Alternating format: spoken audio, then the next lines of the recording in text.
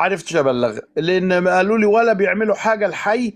كانت ظاهره سوري الكلاب الشوارع. كان الطفل قدامي مش ابني لكن هو طفل زي ابني، جري في ايوه. الشارع من خوفه من الكلب، كانت العربيه هتطيره. وستر الكلاب منتشره بشكل غير عادي. طب نعمل ايه يا اخوانا؟ طب راح جار يبلغ الحي، قالوا له كلمتين ولا حاضر وعينينا وزحلقوه السلام. فما رحتش بلغت لان ما منوش فايده. انا فاكر كان في التسعينات كانوا بيطلع حمله للكلاب دي، انا فاكر ايوه يعني كان بيطلع حملات للموضوع الكلاب ده بالذات، او على فكره منتشر عندنا برضو للاسف زي ما حضرتك بتقول. مصر يا كلها يعني فندم مش ده انا عارف الظاهره حاولت دي لان المنظر خوفني. الطفل بيجري بهستيريا وكان هيلبس في عربيه وربنا بس اللي سترها.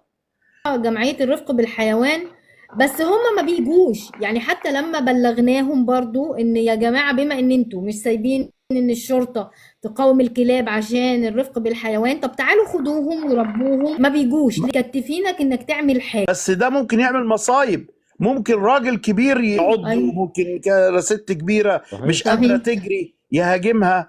عنصر الرقابه سامح بيه بالظبط صحيح. غايب غايب مهما تقول، خاصه في لما المحليات عنصر بالظبط الرقابه غايب.